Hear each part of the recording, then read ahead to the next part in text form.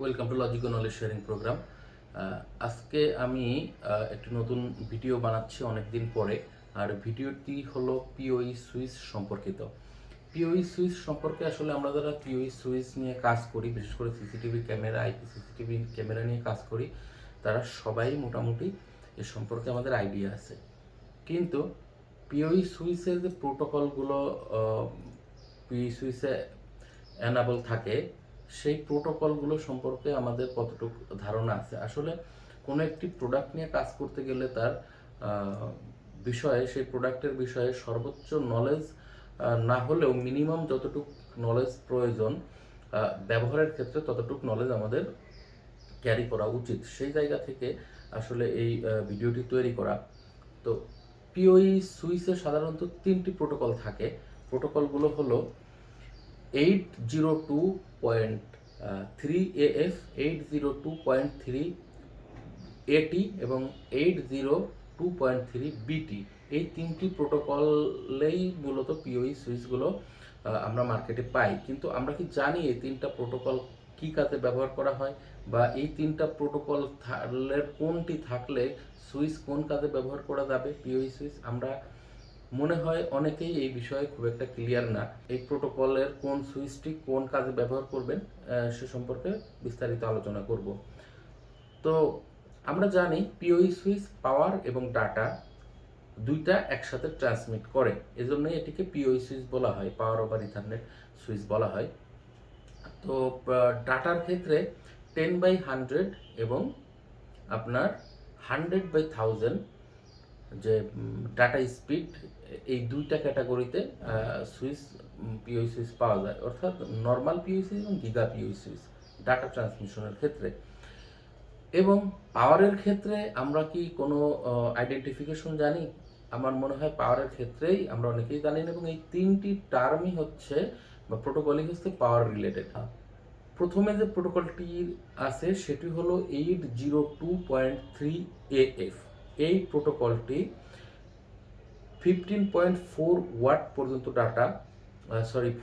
Watt পর্যন্ত পাওয়ার সে transmit করতে পারে।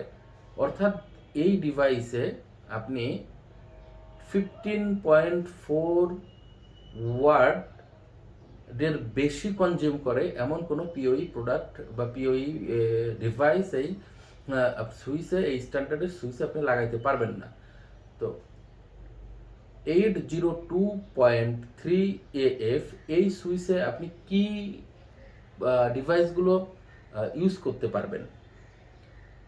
এই এই সুইচে আপনি ইউজ করতে পারবেন হচ্ছে যে আপনার যেমন বিভিন্ন এক্সেস পয়েন্ট, তারপরে আপনি ব্যবহার করতে পারবেন হচ্ছে যে আইপি ক্যামেরা, রেগুলার যে আইপি ক্যামেরাগুলো আছে, যেমন আইপি ফোন যেগুলো আপনার 15 ওয়াটের কম পাওয়ার ট্রান্সমিট করে, আইপি ফোনগুলো কিন্তু এই এই 802.3 AF এই প্রোটোকলের বা স্ট্যান্ডার্ডের সুইচে আপনি এই ডিভাইসগুলো ইউজ করতে পারেন।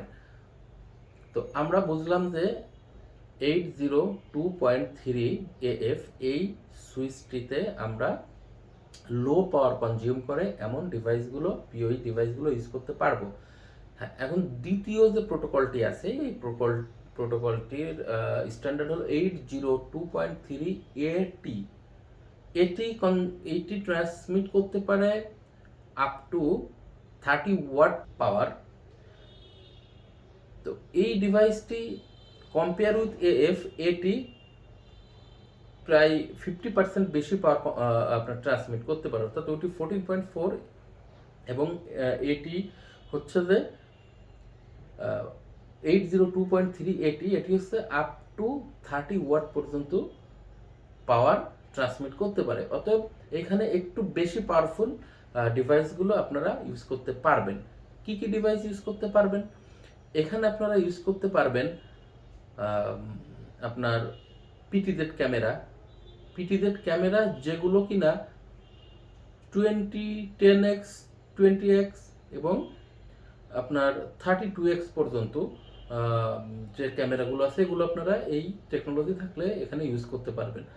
তো এর থেকে বেশি যদি কোনো পিটিজেড ক্যামেরার পাওয়ার কনজিউম করে 30 ওয়াটের বেশি, সেক্ষেত্রে কিন্তু আপনারা পারবেন না। যেমন বড় বড় শিপের পিটিজেটগুলো ক্যামেরা আছে, লং ডিস্টেন্স বড় মোটরের ক্যামেরাগুলো আছে, এগুলো কিন্তু এখানে ইউজ করা যাবে না। হ্যাঁ, তাছাড়াও এখানে আপনি প্যাসিভ পিওই সুইচ ব্যবহার করতে পারেন। প্যাসিভ পিওই সুইচ কি? প্যাসিভ পিওই সুইচ হচ্ছে এই অ্যাক্টিভ পিওই সুইচের সাথে আদার যে পিওই সুইচ বা আপনার পিওই এক্সটেন্ডার, যেগুলোতে আপনি আলাদা কোনো পাওয়ার দিবেন না, আপনার প্রাইমারি পিওই সুইচ থেকে পাওয়ার পাবে, সেগুলোকে প্যাসিভ পিওই সুইচ বলে। তো মেইন সুইচ থেকে এনাদার আরেকটা সুইচে ক্যাট 6 এর মাধ্যমে পাওয়ার দিবে, এটি প্যাসিভ পিওই সুইচ বা পিওই এক্সটেন্ডার। এটিতে আপনি এই এটি থেকে কানেক্ট দিতে পারবেন। তবে খুব বেশি বড় হইলে প্যাসিভ পিওই সুইচ আপনি বা এক্সটেন্ডার খুব বেশি পোর্টের হইলে কিন্তু আপনারা এতে আপনার কানেকশন দিতে পারবেন না। 2 পোর্ট বা 4 পোর্ট পর্যন্ত আপনারা এখানে প্যাসিভ পিওই সুইচ বা এক্সটেন্ডার পিওই সুইচে কানেকশন দিতে পারবেন। এবং আপনারা এই সুইচটা দিয়ে কম্পেয়ার করে এএফ এর সাথে কম্পেয়ার করলে আপনারা এটি প্রোটোকলে লং ডিস্টেন্স আপনারা ক্যাবেলিং করতে পারবেন। কারণ আপনারা জানেন যে 70 মিটার 80 মিটার পরে যে পিওই পাওয়ারটা দুর্বল হয়ে যায়, তখন আর এটা এটা ভালো কাজ করে না। তো সেক্ষেত্রে আপনার যখন 30 ওয়াট পর্যন্ত ডাটা ট্রান্সমিট ক্যাপাবিলিটি রাখে ডাটা না, সরি, 30 ওয়াট পর্যন্ত আপনার পাওয়ার ট্রান্সমিট ক্যাপাবিলিটি রাখে। সো এটা তুলনামূলক এএফ থেকে লং ডিস্টেন্সে আপনি এই পাওয়ার ট্রান্সমিট করবে ডিভাইসের ক্ষেত্রে, পিওই যে কোনো ডিভাইস বা ক্যামেরার ক্ষেত্রে। তো এই ধরনের সুযোগ সুবিধা আপনি এটিতে পাবেন, কারণ এটি আপ টু 30 ওয়াট পর্যন্ত পাওয়ার কনজিউম বা পাওয়ার ট্রান্সমিট করতে পারে। এখন হলো যে পাওয়ারফুল যে প্রোটোকল, সেটি হলো 802.3 বিটি। 802.3 বিটি এই প্রোটোকলটি আপনার আপ টু 100 মিটার পর্যন্ত ডাটা ট্রান্সমিট করতে পারে। আপ টু 100 মিটার পর্যন্ত ডাটা ট্রান্সমিট করতে পারে। এখানে আবার দুইটি ভার্সন আছে, যেটিকে বলে হচ্ছে টাইপ 3 এবং টাইপ 4। টাইপ 3-তে আপনি আপ টু 60 ওয়াট পর্যন্ত আপনার পাওয়ার ট্রান্সমিট করতে পারবেন, এবং আপনার টাইপ 4-এ আপনি আপ টু 100 ওয়াট পর্যন্ত পাওয়ার ট্রান্সমিট করতে পারবেন। সো 802.3 বিটি এটি হচ্ছে সব থেকে পাওয়ারফুল প্রোটোকল, যেখানে আপনি একই সাথে PTZ, long distance PTZ, regular camera, regular IP camera, even আপনার প্যাসিভ পিওই সুইচ অর্থাৎ সুইচ টু সুইচ কানেকশনের যে বিষয়গুলো থাকে, আপনার এক্সেস পয়েন্ট, সব ধরনের ডিভাইস আপনারা এই টেকনোলজিতে কানেক্ট করতে পারবেন। সো আমরা এই তিনটা টেকনোলজি পর্যালোচনা করলে দেখতে পাই যে আমাদের জন্য ওই যারা সিকিউরিটি সিস্টেম বা সিসিটিভি নিয়ে কাজ করেন, তাদের জন্য ওই টেকনোলজিটাই বেস্ট, যে টেকনোলজিটা বেশি পাওয়ার ট্রান্সমিট করতে পারে। সো আমরা 802.3 বিটি এই সুইচটি আমাদের সিসি ক্যামেরার কাজের ক্ষেত্রে ব্যবহার করে নেব, এটাই আমাদের জন্য বেস্ট চয়েস হবে।